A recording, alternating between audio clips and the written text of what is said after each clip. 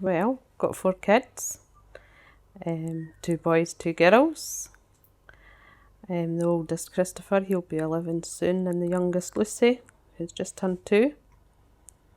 So Lucy's got a lot of medical problems. Lucy's 2 years old. She has Kabuki syndrome.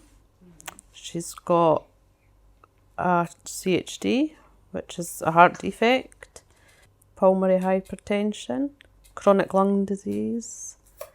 She's fed through a feeding tube. Very rare. 1 in 32,000 chance. So even, her consultants and doctors had never heard of it. And even the doctors and consultants at York Hill had never heard it. Or Edinburgh Sick Kids.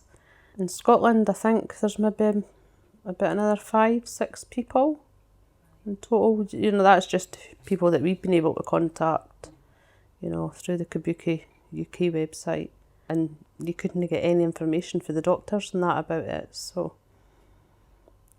you just feel at a loss, I suppose, because you're wanting information, but it's just not there.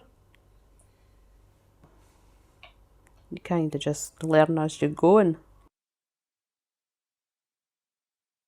I've always been an easygoing person, and I'm still like that, but I know with Lucy, if she's no right, I would push and push, to get her seen.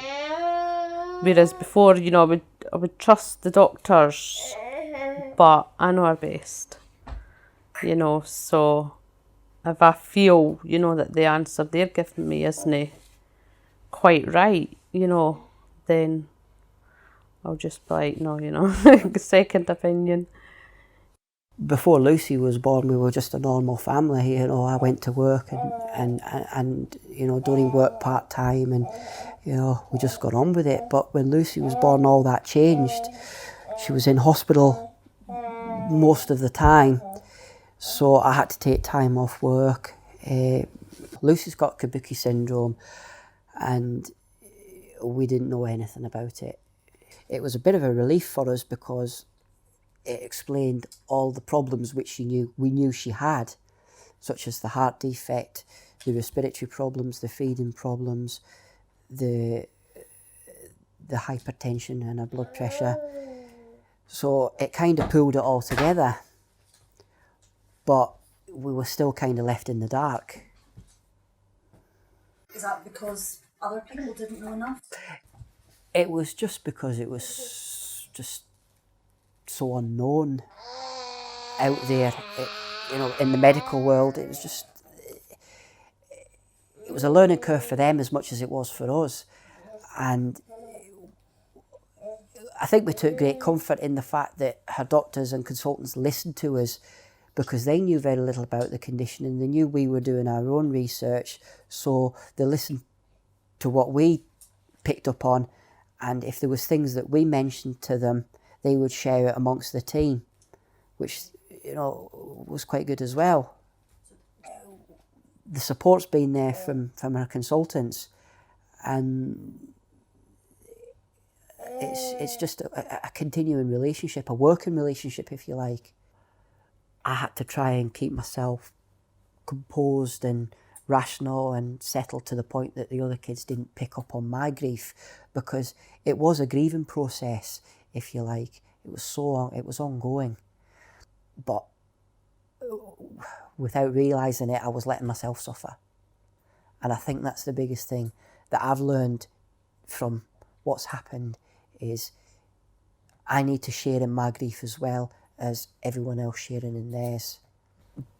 But I think because there were so many different disciplines involved in Lucy's care, genetics, dietitian, cardiology, respiratory, speech and language, paediatric consultants, they all threw their ideas into the pot, and everything just became just a mishmash, everyone's opinions. It was just a mess, and I had to basically put my foot down and say, look, stop, please, somebody just take control here and, you know, coordinate it, if you like. It was the lack of coordination that was the problem. That was the link that was missing, that we got, was somebody taking the time to speak to us. Well, my outlook on life has changed. I tend to be more easygoing about things. I don't get myself worked up as I used to. I'm not as driven by work as I used to be. I tend to be more family. The work-life balance has shifted, if you like.